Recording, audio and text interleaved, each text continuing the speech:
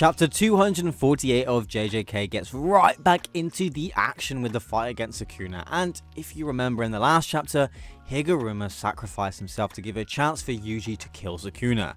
And Yuji was about to plunge the Executioner's sword into Sukuna, and can you guess what happens? Well, it didn't work. It just rebounded off of Sukuna's body, losing all its power after Higuruma dies.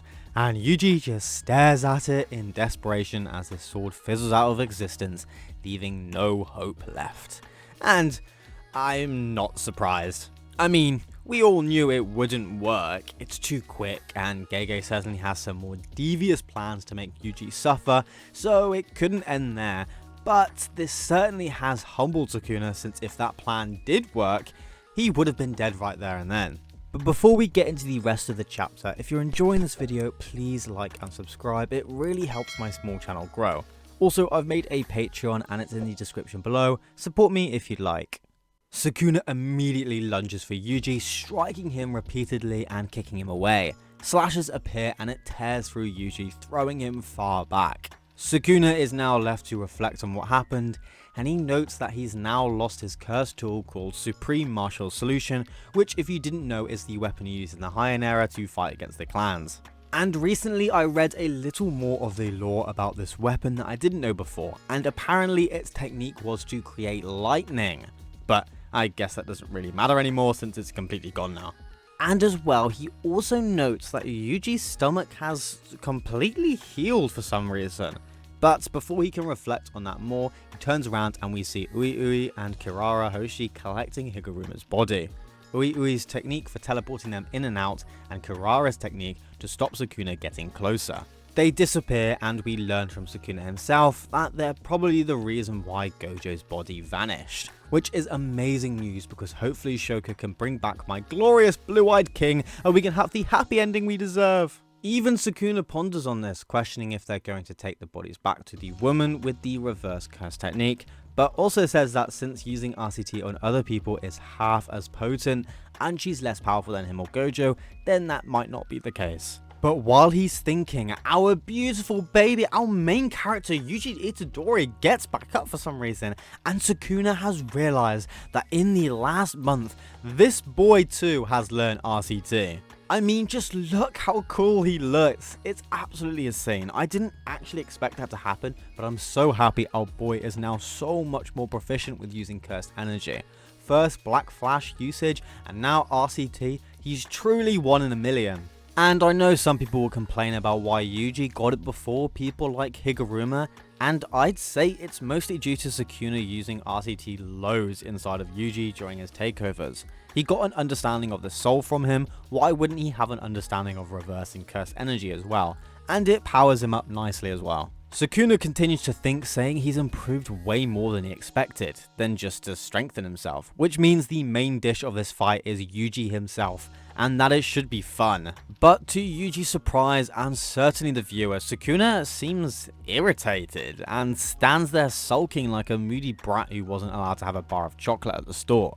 And Yuji questions what's going on, pondering if Sukuna is lost in thought all of a sudden. Sukuna continues to mooch around, thinking that he might be feeling down because Higuruma died, and he continues to question his own motives, stating in his mind that he's never needed anyone to satisfy him, and he agrees with his own statement. Then he thinks that he eats when he eats, plays when he wants, and kills when he wants. He also agrees with his statement too. He thinks again that this makes killing people a perfect way to pass time until death. He contemplates on this statement. Passing time until death, to him, that's all other people are good for, and he's briefly reminded of Jogo and how he told him that he lacked hunger. Sukuna lives as befits his nature, and if no one understands that, then it's their problem.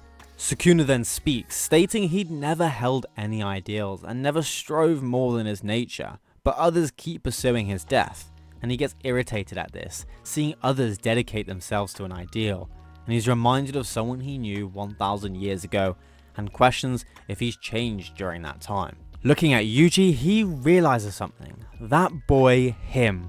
1,000 years ago, the people he thought were strangers. Their reasons are just dying words, bluffing, and having inflated opinions of themselves. But his time with Yuji, two souls in one, has led him to realize that no matter what, he always comes back with Yuji.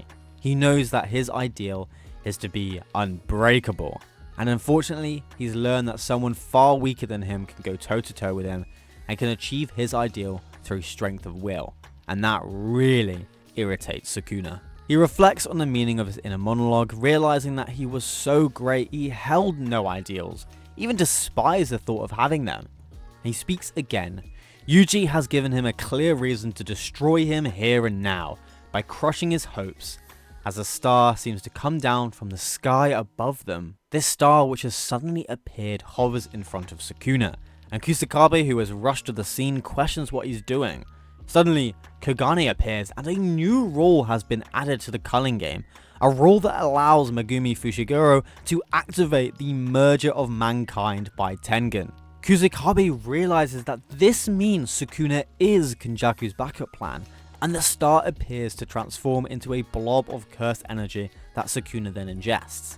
He thinks to himself that since this failsafe has triggered, then Yuta succeeded in ambushing Kenjaku. Kusakabe continues to think to himself, and he thought that Sukuna was better than Kenjaku since he's not the type to just annihilate humankind at any cost or commit horrible sins out of mere curiosity. But he seems to have been wrong. Sukuna isn't just a wild beast in their country. And Sukuna then states he's going to kill all of them. Then the rest of the culling game players then merge the masses, and if things go to plan, have some fun with Tengen. The ground underneath him suddenly buckles and Yuta comes exploding out, throwing everyone in the air. He apologizes for being late and clearly looks stressed out, but immediately lunges for Sukuna and they both block each other's blows. Sukuna then comments that they can struggle all they want, but unless he's killed, everyone they care about will die. And Rika, our absolute savior, comes in, slamming Sukuna to the road below. She screams at him, asking who he's talking to, and Sukuna menacingly replies that the queen is here. And the chapter ends there with the face-off of Yuta and Sukuna, a long-awaited fight. I really can't wait to see how Rika and Yuta stack up against Sukuna. It's going to be so good. And Sukuna's last word proves he knows just how strong Rika is. She is the queen of curses, and he is the king of curses. I also didn't expect a sudden inner monologue from Sukuna, contemplating what his actual thoughts were, and it was hilarious seeing his pouty, moody face at the thought of Yuji sticking to his ideals in a way that's just as strong as Sukuna not sticking to any particular ideals. And another thing we sort of speculated on was who would inherit Kenjaku's will. Sukuna was the most prevalent answer, but like what Kusakabe thought, it didn't seem like he cared about the idea of merging humanity. However, he's now intent on breaking the ideals of Yuji, and he could even succeed compared to Mahito. But since he talks so much about Tengen and the merging, that star or blob of cursed energy that came to Sukuna must have been Tengen himself. And you may be wondering how he got that ability so suddenly, since he can't control Tengen without Geto's spirit manipulation. But I think the rules of the culling game are so powerful that they can bypass a curse technique and activate certain things without the use of Kenjaku or even Tengen's supervision. So now he's absorbed Tengen, he could combine him with the culling game rule and actually complete the ritual, which is terrifying stuff. It's now coming to the end of the video, and I just wanted to say thank you so much for watching. I'm so happy you stopped by. My channel is steadily growing and I'm amazed at the support I'm getting, and I also have a Patreon now, so feel free to support me however you like. The link will be in the description and I will shout out names at the end of each video. Thank you again, please like and subscribe, and I'll see you in the next video.